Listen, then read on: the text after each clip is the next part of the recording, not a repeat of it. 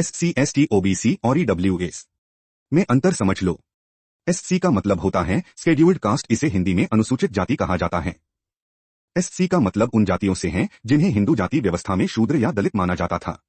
केंद्र सरकार की नौकरियों में SC को 15% आरक्षण प्राप्त है। ST का मतलब होता है शेड्यूल्ड ट्राइब्स, इसे हिंदी में अनुसूचित जनजाति कहा जाता है। ST का मतलब उन जातियों से है जो जनजातियां हैं, अर्थात जो जंगलों या पहाड़ों में रहती हैं और जिनके रहन सहन का तरीका पुराना है। केंद्र सरकार की नौकरियों में ST को 7.5% आरक्षण प्राप्त है। OBC का मतलब होता है अदर बैकवर्ड क्लास, इसे हिंदी में अन्य पिछड़ा वर्ग कहा जाता है। OBC में वे जातियां शामिल हैं जो सामाजिक रूप से पिछड़ी हुई हैं। केंद्र सरकार की नौकरियों में OBC को 27% आरक्षण प्राप्त है। EWS का मतलब होता है इकोनॉमिक वीकर सेक्शन, इसे हिंदी में आर्थिक रूप से कमजोर वर्ग कहते हैं। EWS में वे व्यक्ति शामिल हैं जो जनरल कैटेगरी से हैं लेकिन उनकी सालाना पारिवारिक आय 8 लाख से कम है। केंद्र सरकार की नौकरियों में EWS को 10% आरक्षण प्राप्त है। आसान भाषा में कॉन्सेप्ट क्लियर करने के लिए इस पेज को फॉलो करें।